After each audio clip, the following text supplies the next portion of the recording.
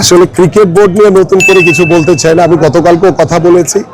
কারণ এই প্রথম বাংলাদেশের ইতিহাসে একটি প্রশ্নবিদ্ধ ক্রিকেট বোর্ড তৈরি হয়েছে, যেটি ইতিমধ্যে আপনারা সকলেই জানেন।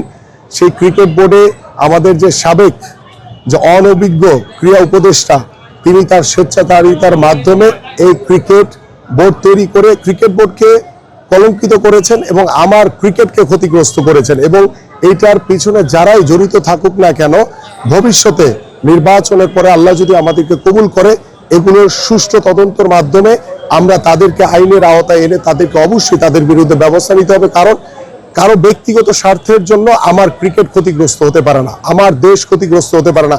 আজকে ক্রিকেট কূটনীতির অভাবের কারণে আজকে আমাদের বাংলাদেশ, যেখানে আমরা নিরাপত্তা চেয়েছিলাম, সেটা আমার অধিকার, আমার দেশ আগে, সেটা আমার অধিকার, সেখানে আমরা নিরাপত্তা জটিলতার কারণে আজকে বাংলাদেশ ক্রিকেট দল বিশ্বকাপ খেলতে যাচ্ছে না। সো এটা আমরা যদি আরো সুদূর প্রসারী চিন্তা করতাম যে আমাদের ক্রিকেট বোর্ডের সাথে আইসিসি কিংবা ভারতীয় ক্রিকেট বোর্ডের সাথে একটি কূটনৈতিক পরিবেশের মাধ্যমে আমরা কিন্তু এই সমস্যাটি সমাধান করতে পারতাম।